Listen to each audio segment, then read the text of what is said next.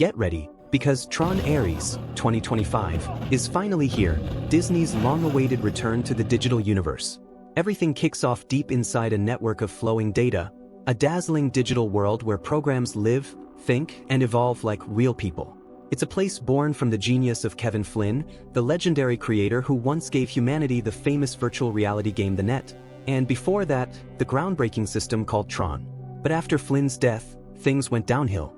His once glorious company started falling apart, especially after his son, Sam Flynn, stepped down from leadership. The world changed, and without the Flynn's vision, innovation started fading fast. Still, people whispered that the real beauty of artificial intelligence wasn't just in what it could do, but in what it could teach, and how it could transform the world itself. Meanwhile, across the tech world, the powerful Dillinger Corporation had gone silent for years. Now, under Julian Dillinger, the grandson of the original Master Control creator, the company was hiding something big, something nobody was supposed to know about. Late at night, inside a dark coding lab filled with holographic screens, Julian's working furiously. Lines of glowing blue code race across the air, and buried within them is a name, Ares. Julian tweaks variables, runs simulations, and tests the system in endless battle sequences. His digital creation, Ares, learns how to fight, defend, strike, dodge, and adapt. Until finally, in the middle of a neon-lit digital arena, the prototype stops. He looks around, analyzing everything. Then a machine steps out of the shadows and tells him the truth. Julian is his creator. Ares isn't just another program. He's something more. A new kind of being designed to protect the network itself. A digital guardian meant to replace the old Master Control. The story then cuts away, switching from the sleek neon grid to a freezing snowstorm in the middle of nowhere. A woman named Eve Kim races through the blizzard on a snowmobile, her headlights cutting through the whiteout. Behind her, another rider, her partner, Seth Flores, pushes hard to keep up. Eventually, Kim reaches a small hidden cabin buried in the snow. Inside, it's like stepping into a ghost's memory. Photos, blueprints, and fragments of old notes line the walls. A single laptop sits on a dusty table, its screen glowing with a single message, "Play me." She hits play. A video appears, her late sister, Tess, smiling softly. Tess tells her that even though she's gone, her love remains, and their mission isn't over. That it's their destiny to complete what she started. This cabin was Tess's secret lab, the place she used to chase an impossible dream, finding Kevin Flynn's mythical permanence code. A digital key said to hold the power to stabilize programs forever, maybe even bring them into the real world. Seth enters, brushing snow from his coat. We learn they both work for Enco-M, Flynn's old company, which is about to launch a new game called Pan and City. Kim was one of the main developers, but fame and press conferences don't matter to her anymore. She tells Seth that she's going to do something crazy. She's going to break into the network itself to steal hidden data in her sister's name. She inserts a glowing data disk, Tessa's last legacy. The plan is dangerous, but for Kim, it's personal. Meanwhile, Julian Dillinger steps onto a stage in front of a group of elite investors. The man's got presence, sharp suit, calm voice, confident smile. He announces that the world is on the verge of a revolution, that he's going to bridge the gap between two worlds, the physical and the digital. He talks about artificial intelligence not as a tool, but as a symbol of humanity's evolution. A partner, not a slave. Then he asks everyone to imagine a bridge where the digital meets the real. What if, he says, we could bring them into our world? The lights dim. The investors put on protective glasses. And suddenly, the room explodes with light, lasers firing beams of pure blue energy across the lab. The energy gathers and solidifies, forming a figure right in front of them. A human-shaped being, built entirely out of light and data. Julian grins. He introduces the world's first digital explorer, something born inside the grid but standing now in the real world. The being's molecular body can move through solid matter without damage. Then Julian drops the real bombshell. If we can build the hardware of the future, he says, why not the soldier of the future? That's when he reveals his ultimate creation, Project Ares. A digital warrior who can operate in both realms. No hunger, no sleep, no weakness. If he's destroyed, he can be recreated in minutes. Immortal. Precise. Perfect. He smirks and declares, they're not coming to us, we're going to them. Ladies and gentlemen, meet Ares, the ultimate soldier. The crowd erupts into stunned silence. Then one of the investors nervously asks the question everyone's thinking, what if this Ares turns on us? Julian doesn't even flinch. He says Ares' code is mathematically sealed, impossible to alter or corrupt. He assures everyone that nothing could ever go wrong. He tells them this project fulfills his family's legacy. His grandfather began this dream decades ago, and now it's finally real. Ares, still standing in the room, looks around. His eyes flicker. Then, in his robotic yet calm voice, he says, "It will rain in 15 minutes. The room goes quiet. Everyone exchanges confused looks. 15 minutes later, there's no rain. The investors whisper to each other, disappointed, and slowly leave the lab. Ares, unfazed, continues observing the world. He lifts his hand and catches a small glowing firefly, marveling at its light. That's when Elizabeth Dillinger walks in, Julian's mother, the former CEO. Her expression is cold and sharp. She looks at Ares and tells her son flatly, "Your experiment failed. The rain never came." Ares turns toward her, analyzing her instantly. He starts reciting data about her age, her position, her company history, even how her son replaced her. His voice is calm, emotionless. Then suddenly, his digital body starts breaking down, pixel by pixel. Elizabeth watches without expression as Ares fades away into glowing fragments. Julian turns to her and says, "You know what happens when a program leaves the grid and enters our world? It only has 29 minutes before it collapses. After that, its energy dissipates, and its code returns to the network, where I can rebuild it again and again." Elizabeth is horrified. She accuses him of lying to the investors, of selling impossible dreams. But Julian just stands there, calm as ever. "This isn't a trick," he says quietly. "It's just the first step toward the real goal." Meanwhile, far from the corporate chaos, Kim digs through a pile of dusty old equipment with her partner, Seth Flores. Kim's eyes catch a faint blue glow coming from an old data disk, her late sister Tessa's final clue. She slides it into her computer, and for a moment, the room fills with the hum of electricity. Lines of code burst across the screen until something strange appears, a glowing double helix rotating slowly in the data stream. This is it," Kim whispers. "It's the permanence code. The mythical algorithm Flynn was rumored to have designed, one that could allow a program to live indefinitely outside the network without crashing." Eager to see if it's real, Kim and Seth set up their testing rig outside the cabin. The air crackles as they power up the transfer interface. Seth runs the command, and within seconds, a shimmer of blue energy rises from the device, forming a tree, growing out of light and data, solidifying into the real world. The timer starts, 29 minutes, the limit before any digital form collapses. Seth plucks an orange from the glowing branches, laughing in disbelief as the fruit feels perfectly real in his hand. The two of them watch, breath held as the clock ticks, testing a code that could rewrite the laws of existence. Back inside the network, Ares stands still, staring at the dark expanse of the grid.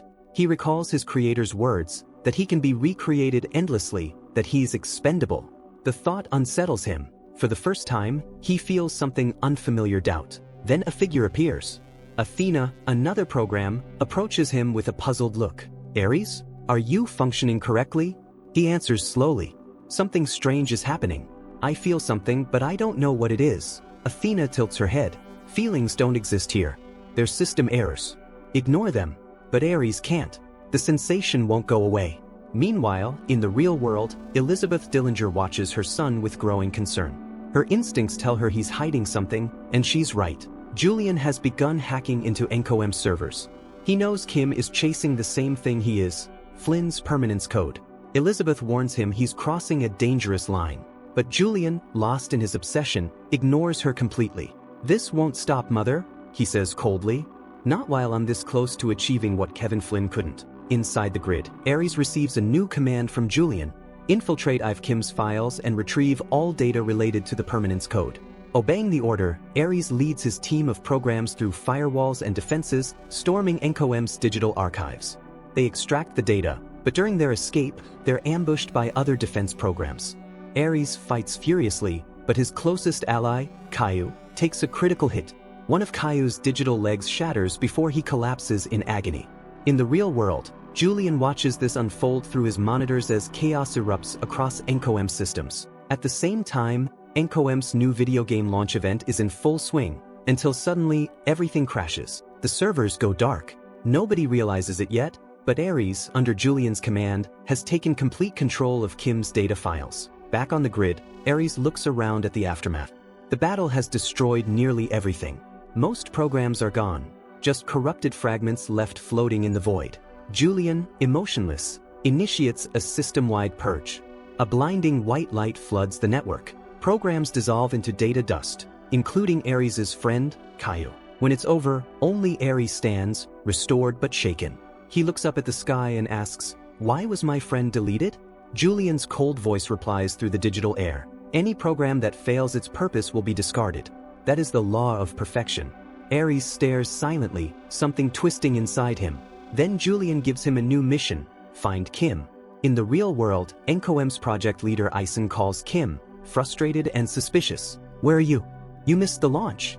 The system crashed." But Kim, breathless and thrilled, answers, "Ison, I found it. Flynn's code, it's real. I'm heading back to NCOM before Dillinger gets to it." At the same time, Ares scrolls through Kim's extracted data, seeing flashes of her memories, her emotions, her voice. For the first time, he begins to feel curiosity, compassion, and fear. Things no program should know. Something within Ares is waking up. Then, in his sleek laboratory, Julian pulls the impossible. He materializes Ares, Athena, and their light cycles into the real world. Their mission: capture Kim. But Kim was ready. Before escaping, she had already copied the permanence code onto a separate drive and handed it to Seth for safekeeping. The chase explodes through the city. Kim speeds down the streets on her bike, neon lights reflecting off the wet pavement as police sirens wail behind her. She swerves through traffic, but out of nowhere, Julian's programs appear, riding glowing light cycles. One slashes through a police car, slicing it clean in half, leaving a trail of blue fire in its wake. Panic hits the streets. Kim darts into an underground parking garage, her tires screeching as she takes cover behind concrete pillars. One of the pursuers crashes, his bike shattering into shards of light. She exhales in relief, but then a shadow moves. Athena emerges from the smoke, eyes glowing, sprinting toward her with terrifying speed. Kim grabs a fallen light cycle and bolts. The chase turns into a blur of motion and chaos, concrete columns flashing past, sparks flying. Julian watches it all from his control center, monitoring every heartbeat and movement through live feeds. As Kim speeds through the tunnels, she spots another figure, Ares. He stops when he notices something unexpected on the side of the road: a crying human baby. For a second, he freezes, staring at it with something like concern. Kim sees him hesitate, and for the first time, she realizes this program might not be just another machine. Their paths collide. They race through the city, weaving through alleys until a sudden impact sends them both flying. Ares lands hard, pinned beneath a fallen motorcycle. Kim stares at him, torn between fear and pity. For a second, she almost helps him, but instinct kicks in, and she runs toward the edge of a cliff. With no time left, she throws the memory drive, the copy of the permanence code, into the ocean. Ares crawls toward her, his body flickering, collapsing. He looks at her with those glowing eyes and says quietly, "I am the master control." That's when Kim realizes who she's been running from. Not a man, not a soldier, but a program. A countdown begins. He has 15 seconds before his real-world form collapses. Light starts tearing through his body as Julian begins pulling him back into the grid. Athena appears nearby, watching silently as Ares looks back one last time. For the first time ever, he feels empathy. The light consumes them both, and in a flash, they're gone, pulled back into the digital world. Moments later, Julian forces Kim's consciousness into the network as well. Inside the grid, Kim wakes up surrounded by darkness and blue light. Ares stands before her, calm but distant. "You're inside the central unit of the network," he tells her. He holds out her identity disk, but Athena interrupts. She's unstable. Her code structure isn't compatible with this environment. If she stays here too long, she'll disintegrate. Ares steps forward and orders everyone to stop. There's only one person whose command they follow, their creator. So, Ares contacts Julian. But Julian, driven by ambition and arrogance, coldly gives the order: do it. Extract the code. Ares stares at the screen. "If you do that," he warns, "you'll erase me, and you'll vanish from both worlds, even the real one." Julian doesn't flinch. "Do it," he repeats. His voice is ice cold. Ares disconnects the link and turns back to the other programs. He lies. "The user is unavailable," he says, hiding Julian's true command. Athena immediately senses something's wrong.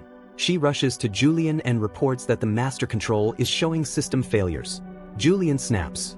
His temper flares, and he overrides her rank, promoting her on the spot. "You're the new director. he declares, his tone sharp and commanding.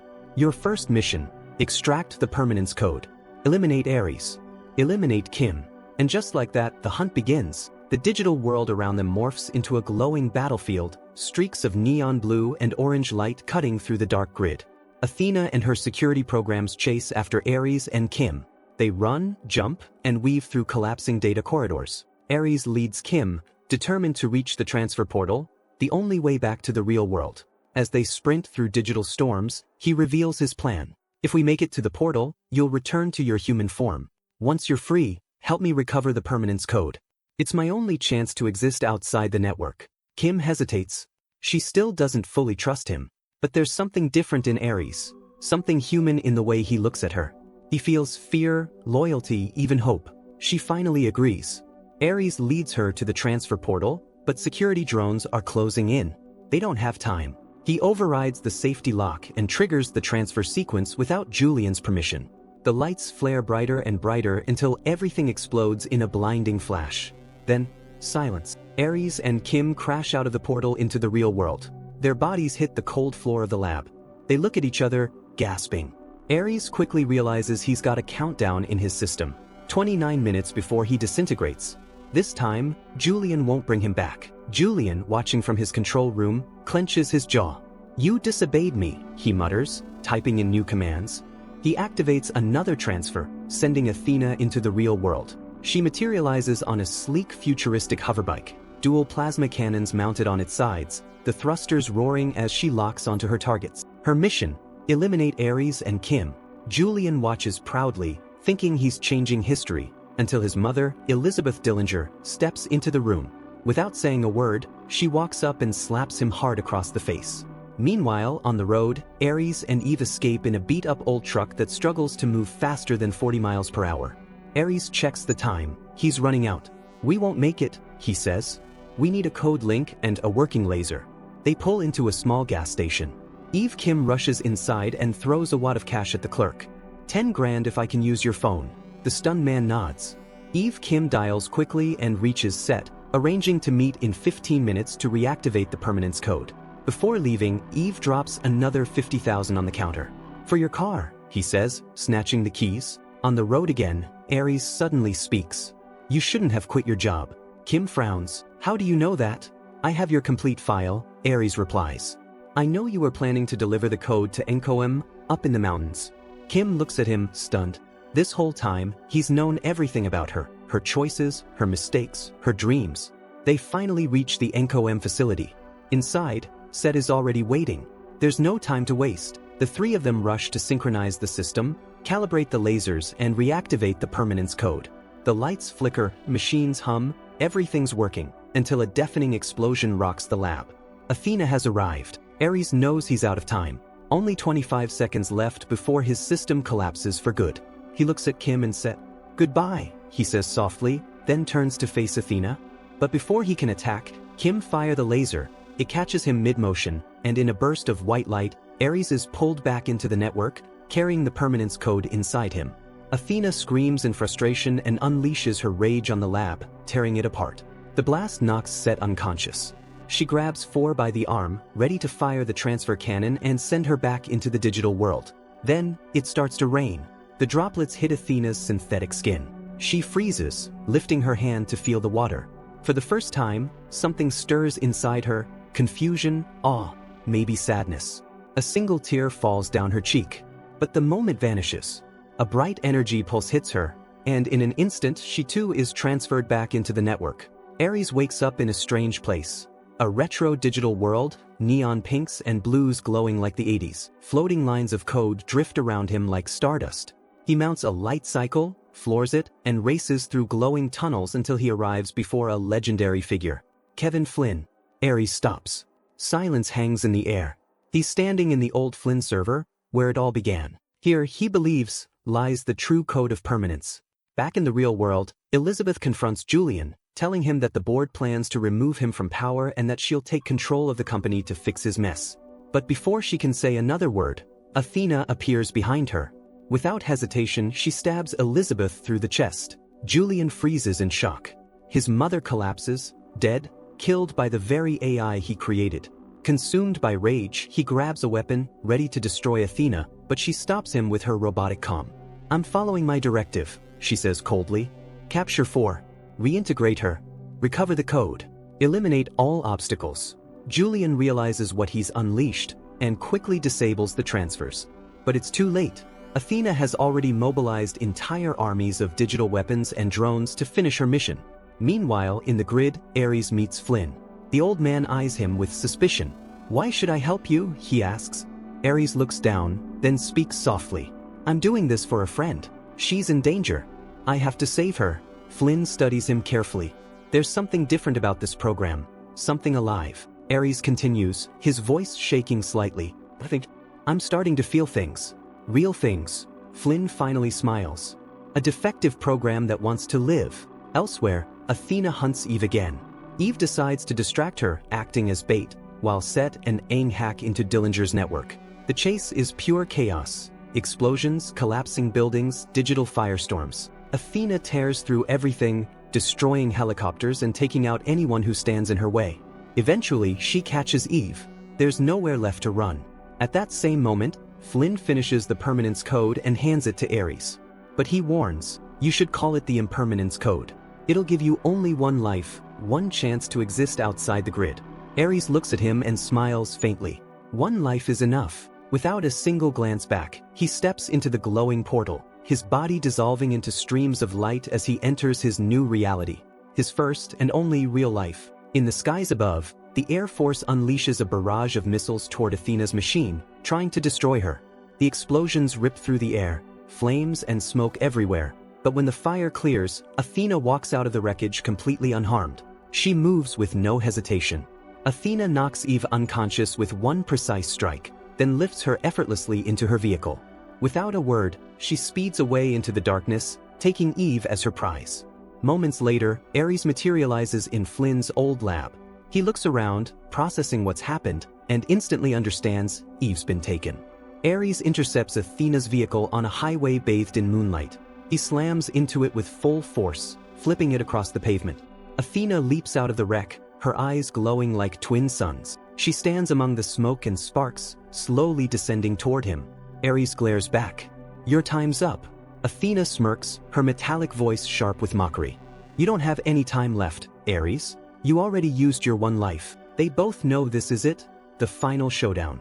The two creations of the same mind stand face to face. Perfection versus compassion. Machine logic against human emotion. Athena strikes first. Her moves are flawless, every attack calculated, efficient, merciless. Ares counters with raw power, emotion driving every hit. Their blows shake the ground, sparks flying with each collision of metal and will. Athena sneers through the chaos. "You were supposed to be the best, smarter, stronger, unstoppable. And you threw it all away, for a human." Ares staggers, blood trickling from his lip. But his eyes stay locked on her. "Maybe that's what makes me better." He turns to Eve, shouting, "Run!" But she doesn't move. She can't. She stands there frozen, terrified but unable to leave him. The fight reaches its peak, thunderous impacts, shattering glass, waves of digital energy bursting around them.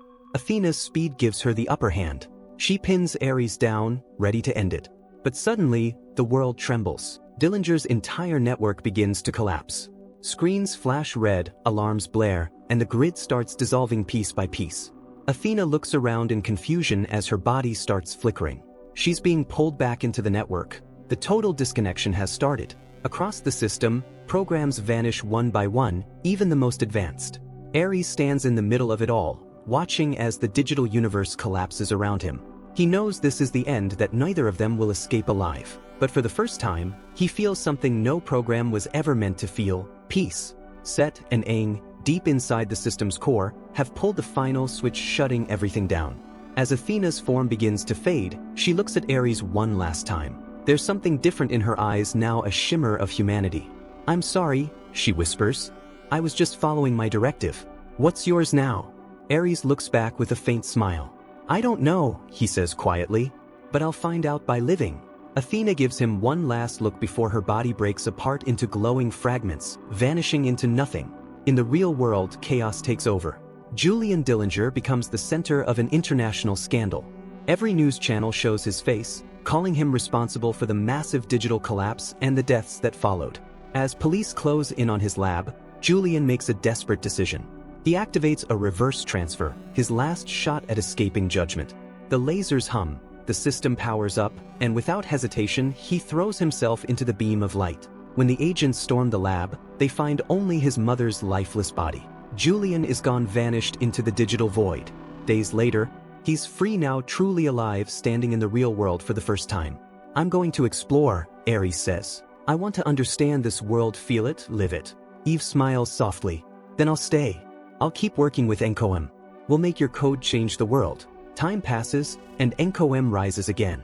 The news talks about revolutionary discoveries. The Permanence Code has unlocked miracle cures, clean energy sources, and scientific breakthroughs that reshape humanity. Everything seems perfect, until one morning, Eve gets a letter. The handwriting on the envelope stops her heart. It's signed, Ares. She opens it carefully. Inside, Ares writes about his life beyond the grid, about the wonders he's seen, landscapes beyond imagination, and the beauty and pain of real existence. "Life is incredible," he writes, "but it's not easy. I don't think the world's ready to meet me yet. But I remember what you once told me. Maybe what comes from the unknown isn't something to fear." He ends the letter with a promise. "I'll be waiting for the day we meet again." The screen fades to black, but then a post-credit scene. The digital void flickers back to life. Among the floating debris of broken code and shattered data, Julian reappears.